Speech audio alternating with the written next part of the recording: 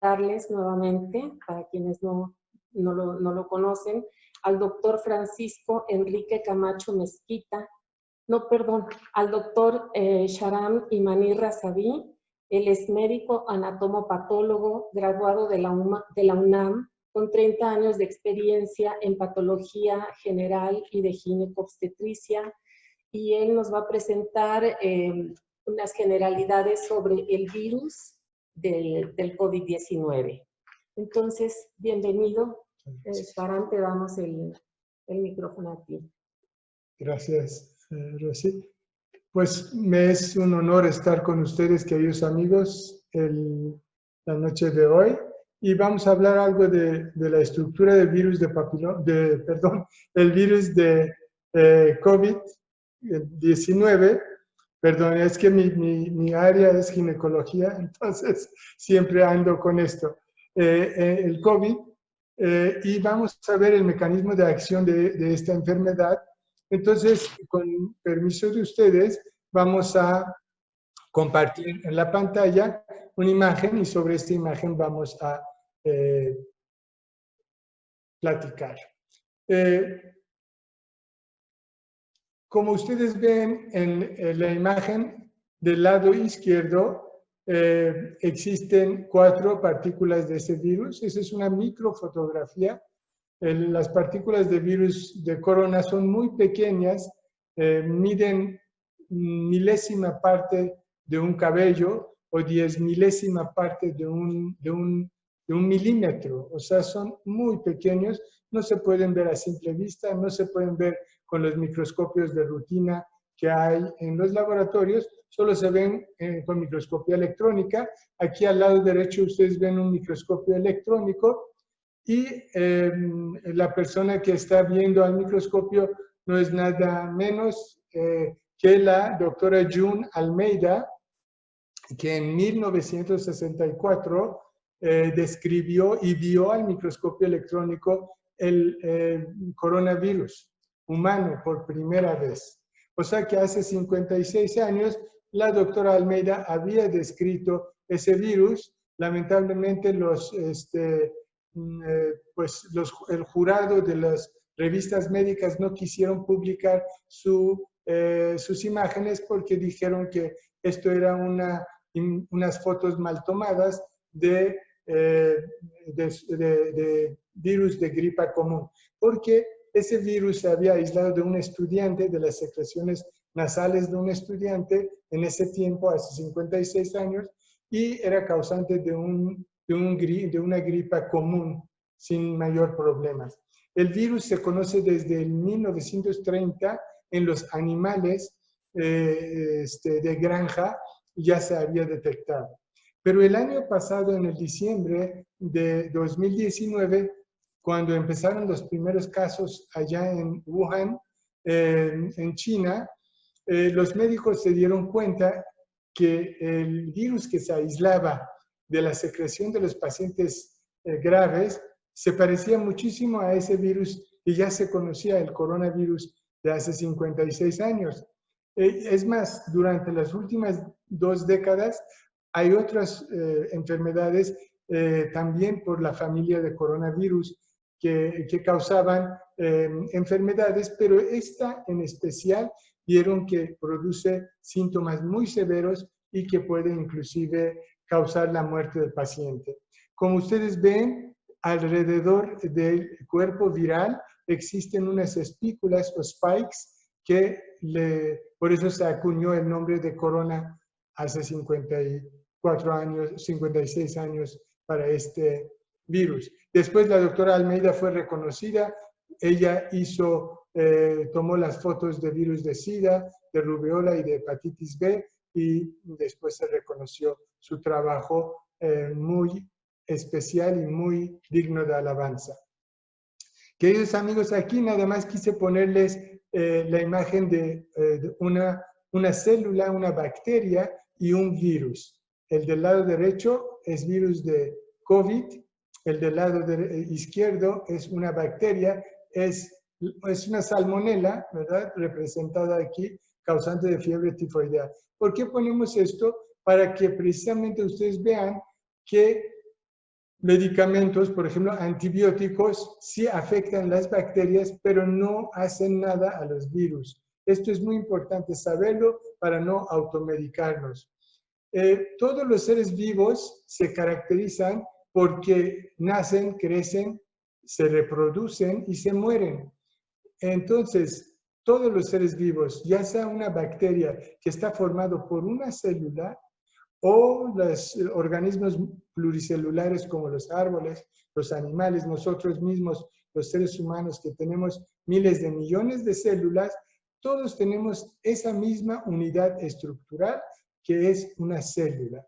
Nada más que las propiedades de la célula, de una célula a otra, se cambian, aunque su función es crecer, reproducirse y finalmente morir.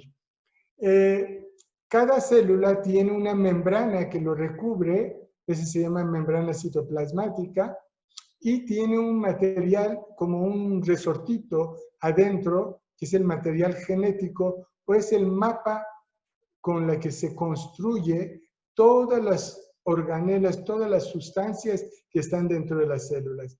La maravilla de la creación es que no solamente están el mapa o la fórmula de todas las sustancias de la célula en esta madeja de ácido desoxirribonucleico o ácido ribonucleico en algunos otros organismos, especialmente los virus, no solamente lo que necesita la célula, sino que están los trabajadores, los albañiles, los ensambladores de estas sustancias, también su mapa genética está escrito aquí. Entonces es una maravilla porque la célula es autosuficiente, construye sus propias sustancias, construye hormonas, todo está aquí. El color de los ojos, de los cabellos, la estatura, hasta algunos rasgos de carácter están escritos aquí. No todo, porque también hay medio ambiente con la que interactúa la persona. Entonces, todo eso estamos diciendo para diferenciar una célula viva con un organismo realmente no vivo. El virus no tiene nada de eso. Realmente tiene nada más una envoltura muy sencilla, hecho de proteínas, y el material genético, su mapa estructural del centro, nada más en caso de COVID hace 4 proteínas. Contra los miles de proteínas que producen las otras células, el virus nada más hace 4 proteínas. Las otras células, como tienen flagelos, por ejemplo, en caso de salmonela se mueve y puede entrar al cuerpo, infectar, por eso fiebre tifoidea. El virus prácticamente es inerte, es muerto, no tiene vida propia, no puede construir nada de lo que posee sin ayuda de otra célula.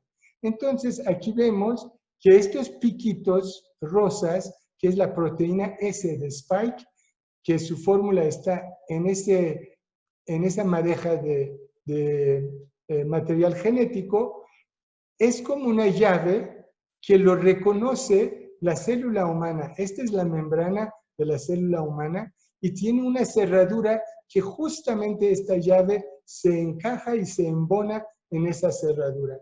Quien no tenga esa cerradura no se enferma de COVID. Los humanos lo tenemos. No sabemos por qué, pero lo tenemos. Los animales que no lo tienen, pues no se enferman por ese virus. Eso se llama inmunidad natural. Naturalmente están inmunizados contra este virus porque no tienen el receptor. Nosotros tenemos el receptor para la proteína Spike y podemos recibirlo. Una vez que lo reconoce la célula, deja pasar, abre la puerta y deja pasar el virus en el interior de la célula. Ahí es donde un virus que estaba muerto, que no tenía vida, puede adquirir, puede duplicarse y multiplicarse tomando todos los instrumentos albañiles, trabajadores, ensambladores de la propia célula humana. Es decir, nosotros le regalamos al virus millones de copias de su DNA, de su material genético, de su cápside, y esos miles de millones de virus, en cuestión de días, salen de la célula, es decir, se multiplican, salen de la célula enferma, entran a la célula sana. Al entrar a las células sanas, empiezan a infectar más células. Ahora, ¿qué sucede con nosotros? ¿Cómo produce la enfermedad? Por eso, regreso, los antibióticos no hacen ningún daño al virus. ¿Por qué? Porque realmente los antibióticos están hechos para organismos vivos. Por ejemplo, ese trabajador de esa bacteria se llama ribosoma. Él ensambla, o sea, lee el material genético y lo convierte, es decir, lo traduce en proteínas. Pero un virus no tiene nada de eso. Nosotros, por ejemplo, podemos producir un antibiótico como gentamicina, aminoglucósidos, contra ese ribosoma, contra los albaniles de esa bacteria. Y como la ribosoma de la bacteria es diferente que la ribosoma humana, el antibiótico no le hace daño al hombre, pero sí le hace daño a la bacteria. El virus es muerto, no tenemos contra algo muerto, ¿cómo lo podemos dañar? Los mecanismos de los medicamentos contra el virus son diferentes. Por ejemplo, oseltamivir, aciclovir, algunos otros antivirales, lo que hacen, no dejan que entre el virus a la célula. Es lo que pueden hacer. Entonces, las nuevas copias de virus no entran a infectar las células sanas. Y los poquitos que entraron la primera vez que se infectó la persona, estos se mueren porque el cuerpo se defiende.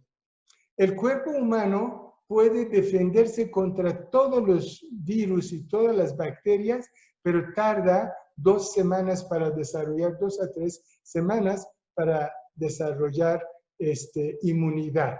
¿Esa inmunidad qué es? Las células de la defensa del cuerpo, por ejemplo, cuando entra el virus de sarampión en el cuerpo, si el paciente sobrevive al sarampión, si no tiene vacuna y sobrevive al sarampión, va a desarrollar a las 2-3 semanas un antídoto que su memoria se queda en el cuerpo para toda la vida. Si por una segunda vez entra el virus de sarampión, lo neutraliza esos anticuerpos, o sea, empiezan a reproducirse rápido en cuestión de horas y pueden neutralizar el efecto de este virus. Ahora, ¿qué pasa con corona? ¿Por qué no nos da tiempo a que el cuerpo se defienda?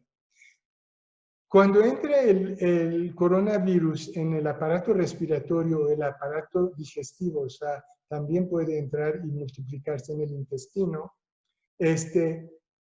entra en las vías aéreas, las personas pudieran tener, la mayoría de las personas, 80% de las personas, ningún síntoma o un síntoma muy leve, como un resfriado común que les dure 3 días y desaparece. Hay otro grupo de personas que tienen una enfermedad colateral como diabetes mellitus, hipertensión, enfermedades cardiovasculares, enfermedades autoinmunes como lupus eritematoso, como artritis reumatoide. En estas personas las defensas están alteradas y bajas. Entonces, cuando el virus entra en el cuerpo, en lugar de que se produzca una reacción de defensa adecuada, ocurre una reacción muy extraña que se llama tormenta de citoquinas. ¿Qué quiere decir esto? El cuerpo humano, cuando reconoce el virus o cualquier cuerpo extraño, produce algunas sustancias que tienen efectos benéficos si son en cantidades muy pequeñas. Por ejemplo, cuando nos enfermamos de la gripa común y corriente, nos da rinorrea, sale moco de nuestra nariz. Este moco lo produce realmente una sustancia vasoactiva que se llama histamina. La histamina hace que los vasos sanguíneos se dilaten, salga líquido en su intento de desalojar ese virus de nuestro cuerpo. Entonces, si el paciente tiene que ir a trabajar y está muy molesto con esta rinorrea y quiere acabar con él, no hay problema, se le da un tratamiento antihistamínico. entonces ese moco se reabsorbe, ya puede respirar bien y puede ir a trabajar. Pero en los pacientes que tienen algún problema, que el sistema inmune está deprimido, lo que hace el virus es que desencadena una tormenta de estas sustancias tóxicas, que normalmente lo produce el mismo cuerpo.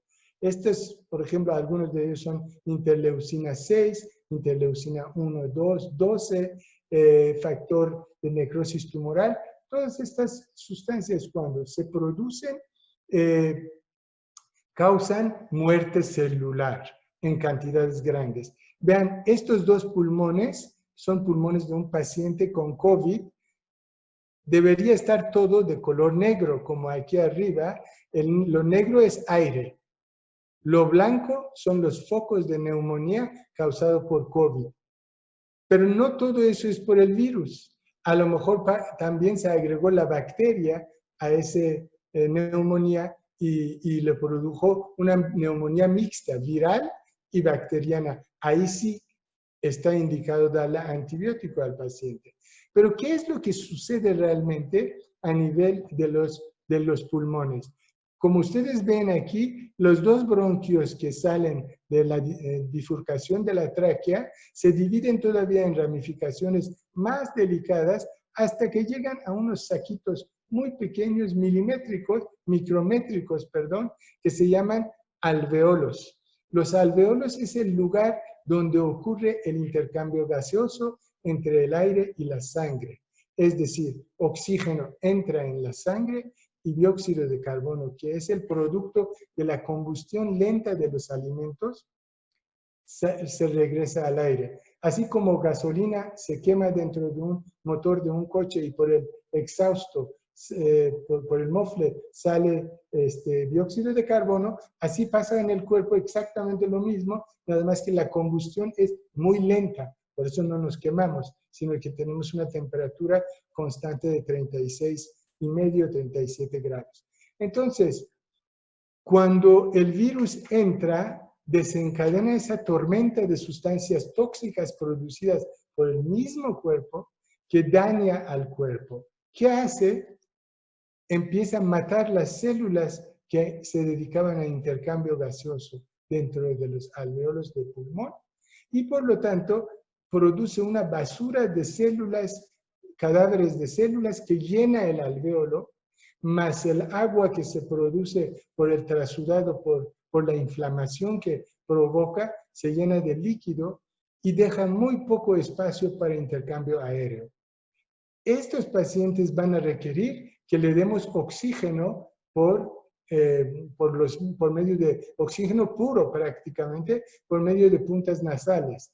Y si eso no es suficiente, se tendrá que intubar al paciente para que a presión se meta aire dentro de los pulmones para que esos poquitos espacios que todavía no están llenos completamente o algunos alveolos que todavía están sanas, se puedan absorber el oxígeno. Si aún así no funciona todas esas medidas, las medidas de sostén, los antibióticos, los medicamentos contra inflamación, todas las medidas que nos permitan por lo menos tener al paciente 2 a 3 semanas para que haga sus propios anticuerpos. Y continúa esa tormenta de citoquinas, lo que va a ocurrir es que los órganos que sufren por falta de oxígeno como cerebro y riñón se mueren primero. Y bueno, también la hipoxia, falta de oxígeno, produce otro fenómeno que se llama coagulación intravascular diseminada. La sangre se coagula dentro de los vasos pequeños y produce infartos, prácticamente infarto de los órganos. Y lamentablemente ahí el paciente fallece con daño orgánico múltiple o falla orgánica múltiple, que es el desenlace final. Todo eso es para que lo comprendamos por qué nosotros le damos esto, bueno, los médicos tratantes dan medicamentos, de qué tipo le dan al paciente. Por ejemplo, hay medicamentos contra la interleucina 6, se le da al paciente, hay corticosteroides para desinflamar, se le da a los pacientes, todo de acuerdo con las necesidades del paciente se le aplica. La otra cosa que estamos esperando es el desarrollo de la vacuna. La vacuna es una variante del mismo COVID, del mismo virus, pero atenuado, es decir, que no tiene capacidad de enfermar, pero sí tiene capacidad de desarrollar inmunidad a las 2-3 semanas en los pacientes. Si los títulos de los anticuerpos desarrollados alcanzan el mismo nivel que una persona que se enferma de la enfermedad y desarrolla anticuerpos, podemos pensar que también nos puede proteger por lo menos durante un año. Tal vez o tal vez menos, esto se tendrá que poner a prueba. Pero todo esto, protocolos de investigación, tardan mucho tiempo porque se tienen que probar en muchos pacientes. Y el tratamiento que ahorita tenemos es el tratamiento de sostén de esos pacientes para ver si pueden vivir suficientemente, esos pacientes graves me refiero, para que pueda el cuerpo desarrollar anticuerpos. Muchas gracias. Esto es todo. Muchísimas gracias, doctor Imaín.